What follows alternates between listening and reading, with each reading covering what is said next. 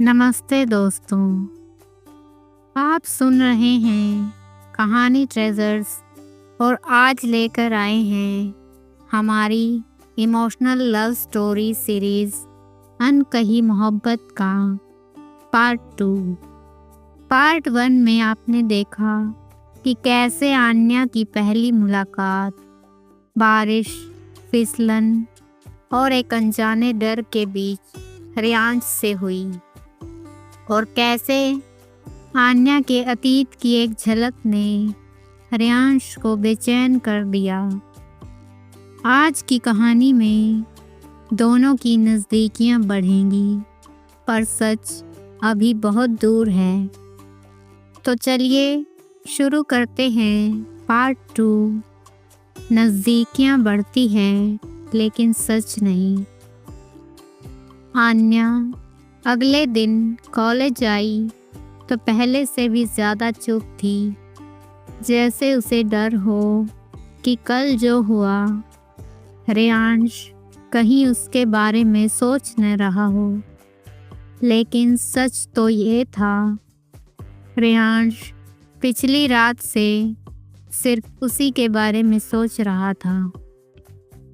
Class शुरू हुई, सब अपनी अपनी सीटों पर बैठे और तभी प्रोफेसर ने कहा, नेक्स्ट प्रोजेक्ट 2-2 की टीम में होगा।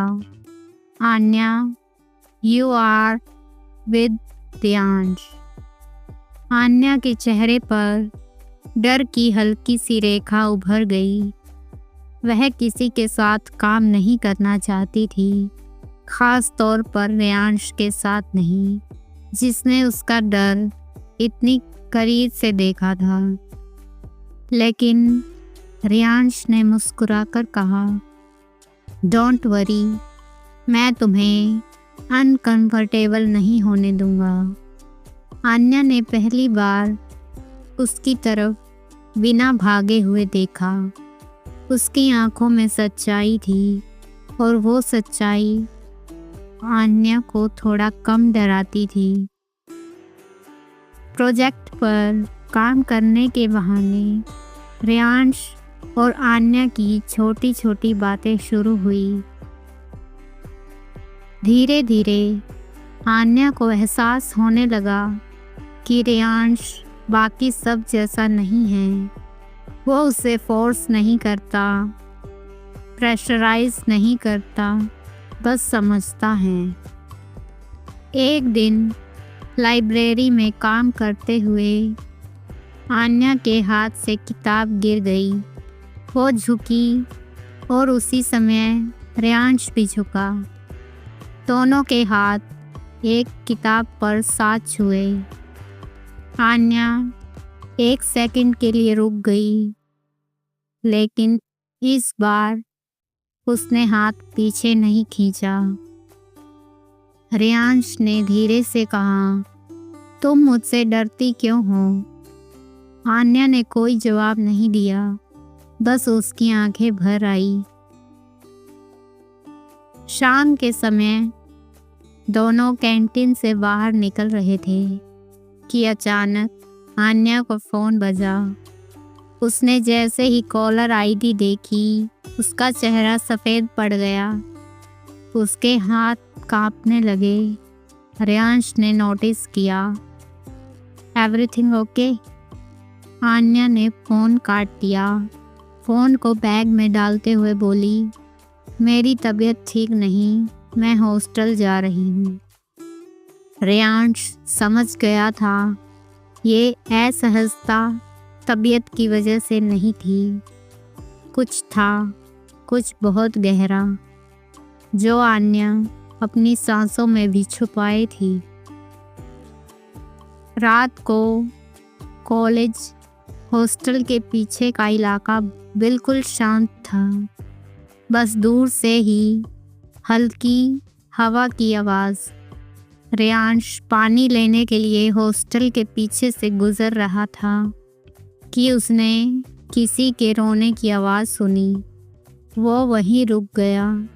दीवार के पीछे छाया में आन्या खड़ी थी। और वह किसी से फ़ोन पर रोते हुए कह रही थी, मैं वापस नहीं आ सकती, प्लीज़ तुम समझ क्यों नहीं रहे, मुझे अकेला छोड़ दो।